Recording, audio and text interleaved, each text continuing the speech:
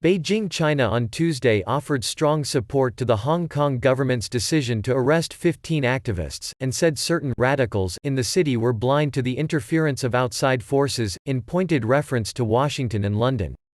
Hong Kong police arrested 15 activists, including veteran politicians, a publishing tycoon and senior barristers, in raids on Saturday in the biggest crackdown on the city's pro-democracy movement since the outbreak of mass protests last year, drawing condemnation from the United States and Britain. They were detained on charges of illegal assembly.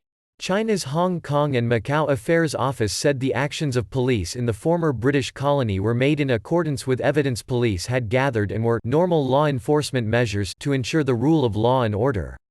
"We resolutely support this," it said in a statement. US and British criticism failed to take into account the objective facts about the illegal protests and violent activities that took place in Hong Kong and are a slander against the police, the office added. This has once again exposed the political plot of US and British forces to support and encourage certain anti-China chaos in Hong Kong forces. Some opposition and radical elements in Hong Kong have vilified the central government at every turn, saying it interferes in the territory's high degree of autonomy, it said. But they ignore the intervention of external forces in the internal affairs of Hong Kong, including the law enforcement of the police and legal authorities and judicial judgments, even seeking foreign countries to sanction Hong Kong, the office added. This is to confuse right from wrong and is double standards. Isn't this extraordinary? China continues to unswervingly support Hong Kong's police and judicial authorities, and will safeguard national sovereignty and security, as well as Hong Kong's long-term prosperity and stability, it said.